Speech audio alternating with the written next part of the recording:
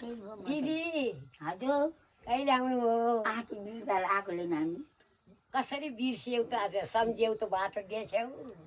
बाटो बिराइकन आउने जाने गरिरहेको छु नि के को आउने जाने आफू र म त तिमी काठमाडौँ गएर बस्छौ भेटै नभएको कति भयो आइरहेको छु सम्झन लाग्छ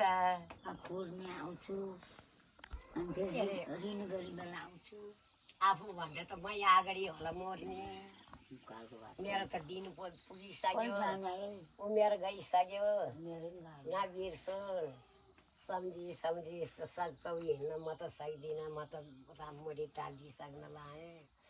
सम्झेर आइरहनु तिमीलाई 80 वर्ष भयो मैले 5 वर्ष छैन 80 पुग्नु 5 वर्ष भनेको त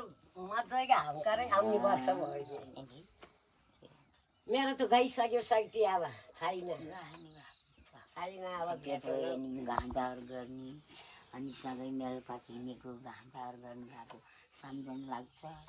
त नि लाग्छ त्यो सम्झिँदा नि रुन मन लाग्छ म त 9 डाँडा काटेर गएर बस्यौ क्यारे घरमा अब हामी त छोराबार जाँगो झै जानु पर्यो थालो किलै घुरेर बसिए छोरा नाति कसो गर्छन् आफू त अब यही थालो मर्ने हो म त कतै नि जान्न म त कतै नि जान्न तिमी छोरा नाति हो अब बाटो कहिले हिँड्न पर्थ्यो म त के अन्त छोरा हिँडिहाल्यो मैले हिँड्न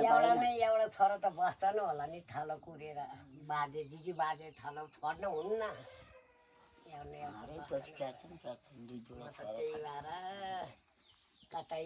पनि जान्न यही थालो केलामै मर्छु भनेर बसेछु मरि बेला यहीँ आउँछु मैले के थाहा सकियो अब कुरो सक्यो अब